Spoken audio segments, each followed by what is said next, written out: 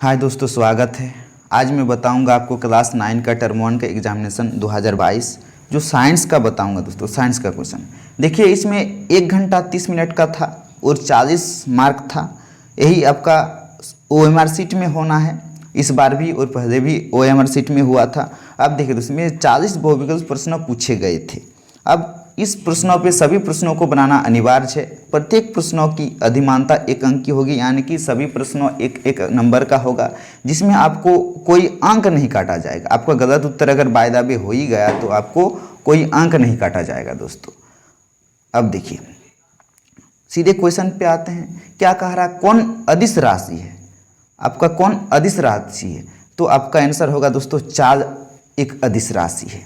दूसरा नंबर पे देखते हैं दोस्तों, ओडोमीटर किससे मापता है? कि ओडोमीटर मापने के तंत्र को क्या, यानी कि इसका आंसर होगा दोस्तों दूरी। इसका आंसर होगा दूरी। दूरी से हम लोग ओडोमीटर को मापते हैं। जैसे बुखार मापने के यंत्रों को थर्मामीटर कहते हैं, इसी प्रकार से ओडोमीटर मापने के यंत्रों को हम लोग क्या कहेंगे? दूरी। अब त्वरण का एसआई मात्रक। त्वरण का एसआई मात्रक क्या होता है दोस्तों? त्वरण का एसआई मात्रक होगा आपका मीटर पर सेकेंड का स्क्वायर। अगला प्रश्न पे देखिए दोस्तों, इकाई समय में वस्तु के द्वारा तय की गई दूरी को क्या कहेंगे? इकाई समय के द्वारा तय की गई दूरी को हम लोग चाल कहेंगे। इसका आंसर तो चाल। तो निम्न पे आप 1 नंबर से मैंने आपको यहाँ पे दिखा दिया है कि ए बराबर v माइनस यू बटा टी होता है। ये एक्सेलरेशन का फॉर्मूला है दोस्तों। इसी से आपका u प्लस ए टी बराबर v होगा, यानी कि v बराबर u प्लस ए टी, यानी कि आपका 5 नंबर का आंसर होगा आपका 1 नंबर। अब देखिए 6 नंबर दोस्तों, क्या कह रहा, यदि किसी वस्तु का त्वरण 2 मीटर पर सेकेंड हो और 4 सेकेंड बाद उसकी चाल 30 मीटर पर सेकेंड हो जाती है तो वस्तु की प्रारंभिक चाल क्या था? तो इसका आंसर होगा दोस्तों 2 नंबर होगा। मैंने यहाँ प्रूव करके दिखा दिया, आप कर सकते हैं, आप देख सकते हैं, मैंने कर दिया है पहले ताकि आपका समय कम हो। अब देखिए, न्यूटन के गति के कितना नियम होता है? आप ये जानते हैं कि न्यूटन के गति के 3 नियम होते हैं। न्यूटन के गति के पहला, दूसरा और तृतीय, ये तीसरा नियम होते हैं न्यूटन के। अगला दोस्तों, निम्न में से किसका जड़त्व अधिक है? साइकिल का, कार का, बस का, ट्रेन का? तो देखिए दोस्तों, साइकिल का तो जड़त्व अधिक नहीं होगा क्योंकि उसका जड़त्व सबसे कम होगा। कार का भी नहीं होगा, बस का भी नहीं। तो इसका आंसर किसका होगा दोस्तों? ट्रेन। ट्रेन का जड़त्व सबसे अधिक होता है। अब देखिए अगला प्रश्न 9 नंबर। 9 नंबर क्या कह रहा है, 30 न्यूटन का कोई बल 5 kg की किसी वस्तु पर 2 सेकेंड तक कार्य करता है तो वस्तु का त्वरण क्या, यानी कि एक्सेलरेशन क्या होगा? तो एक्सेलरेशन बराबर होता है फोर्स बटा मास होता है। फोर्स बटा मास होता है, यानी कि फोर्स पे 30 न्यूटन का कोई बल, यानी कि फोर्स का मान 30 डिग्री है। फोर्स का मान कितना है दोस्तों? 30 डिग्री है।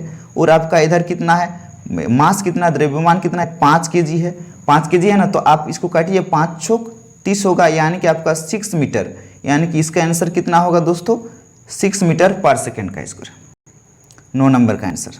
अब 10 नंबर में देखो, किसी m द्रव्यमान की वस्तु जिसका वेग v है का संवेग क्या होगा? तो उसका आंसर होगा दोस्तों 4 नंबर, mv है, यानी मास इनटू वेलोसिटी होगा। अब देखिए अगला प्रश्न पे, पृथ्वी के गुरुत्वीय त्वरण g का क्या मान है? पृथ्वी के गुरुत्वीय त्वरण g का मान क्या होता है? ग्रेविटी का मान, यानी कि इसका आंसर होगा दोस्तों आपका 9.8 मीटर पर सेकेंड का स्क्वायर। 12 नंबर पे देखो, सर्वाधिक गुरुत्वीय स्थानांतरिक g का एसआई मात्रक क्या होता है? यानी कि नैनोमीटर पर केजी का स्क्वायर, इसका आंसर होगा। अब 13 नंबर पे, चंद्रमा की सतह पर किसी वस्तु का भार पृथ्वी की सतह पर उसका भार का कितना गुना होता है? तो इसका आंसर हो दोस्तों 1/6। अगला पे, निम्न में कौन पदार्थ नहीं है? आप लोग तो पदार्थ का परिभाषा जानते हैं, जिसका कुछ वजन हो और कुछ स्थान घेरती है, तो उसे ही हम लोग क्या कहते हैं? पदार्थ कहते हैं। तो हवा भी एक पदार्थ है, जल भी, भोजन भी, लेकिन प्यार ये कोई पदार्थ नहीं है। इसीलिए इसका आंसर होगा प्यार। 15 नंबर दोस्तों, किस अवस्था में अणुओं की ऊर्जा अधिकतम होती है? ठोस तो एकदम सटा एकदम सामने होता है, उसकी ऊर्जा अधिकतम नहीं होगी, द्रव भी नहीं होगी, तो इसका आंसर होगा दोस्तों गैस। क्योंकि गैस को आप कहीं भी छोड़ दे तो गैस एकदम इधर उधर माने इधर उधर होने लगता है, तो इसीलिए इसका आंसर होगा गैस। वह प्रक्रिया जिसमें इत्र की गंध वायु में चारों ओर फैल जाती है क्या कहलाती है? विसरण। यानी कि चारों ओर फैल जाने को ही उसे हम लोग क्या कहेंगे? विसरण। अगला प्रश्न आप पे देखिए, 25 डिग्री सेल्सियस तापक्रम बराबर है आपका 298 केल्विन। क्योंकि आप जानते हैं कि अगर सेल्सियस को केल्विन में हम लोग परिवर्तित करेंगे तो 273 से हमको जितना सेल्सियस रहेगा उतना से जोड़ना पड़ता है। तो हमने यहाँ जोड़ दिया है दोस्तों, आपको करके मैंने यहाँ दिखा दिया है कि 273 से आपका 25 को अगर जोड़ दे तो 298 होता है। अगर आपको यही केल्विन के बराबर कहता तो आप माइनस करना पड़ता है दोस्तों, इस पर माइनस करना, इस पर प्लस करना पड़ेगा। अब देखिए, गैसों के कणों के बीच आकर्षण बल होता है कम होता है दोस्तों। गैसों के कणों के बीच क्या होता है? आकर्षण बल बहुत कम होता है। 19 नंबर पे, निम्न में द्रव में कौन अनिश्चित होता है? द्रव में कौन अनिश्चित होता है दोस्तों? घनत्व, आयतन, द्रव्यमान? नहीं दोस्तों, आकार में अनिश्चित होता है। द्रव क्या होता है? आकार निश्चित होता है उसका।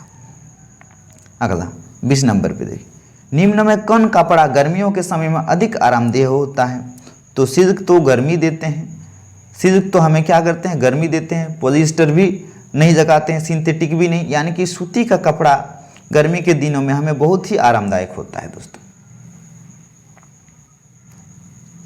अगला, 1 नैनोमीटर बराबर क्या होता है? 1 नैनोमीटर बराबर क्या होता है दोस्तों? ये क्वेश्चन को थोड़ा सा मिस्टेक कर दिया है, क्योंकि 1 नैनोमीटर बराबर होता है 10 नैनोमीटर नहीं होता है, 10 का पावर 9 नैनोमीटर नहीं होता, 1 नैनोमीटर नहीं, 10-9 नैनोमीटर नहीं बल्कि मीटर पे होता है। इसको मैंने यहाँ पे ठीक कर दिया है, आप इसको कर सकते हैं। इसका आंसर थोड़ा सा यहाँ पे रॉन्ग है, इसी कारण से मैंने इसको सुधार के लिख दिया है।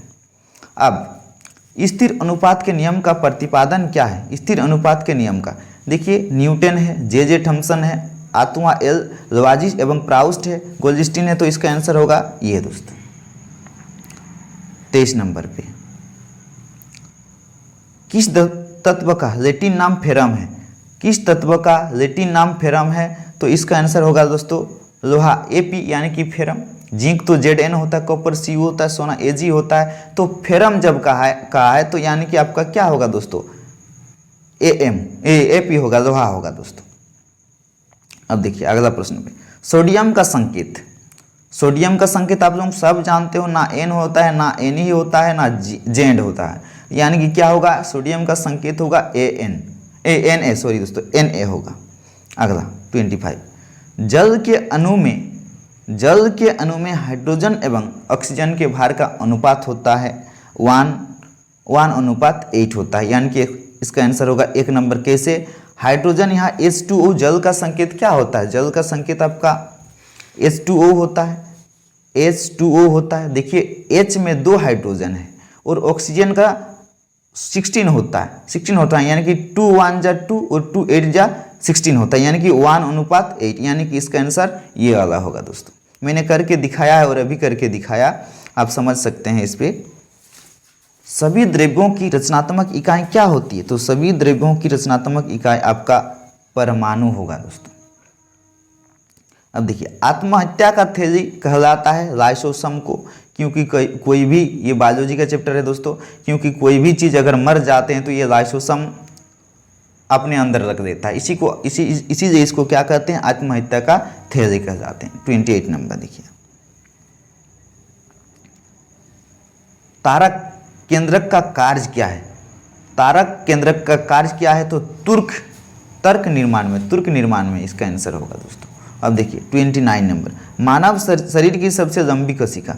आप ये तो जानते हैं दोस्तों कि मानव शरीर में एक रीढ़ की हड्डी होता है जिसमें तंत्रिका कोशिका पाई जाती हैं। 30 नंबर, पादप और जंतु कोशिका में प्रमुख अंतर है पोषण की संबंधी। आंसर इसका क्या होगा? पोषण की संबंधी। अब 31 पे, जंतु कोशिका में नहीं पाए जाती हैं कोशिका झिल्ली, कोशिका भित्ति, राइबोसोम, माइटोकॉन्ड्रिया, यानी कि इस पे नहीं पाए जाते हैं आपका क्या?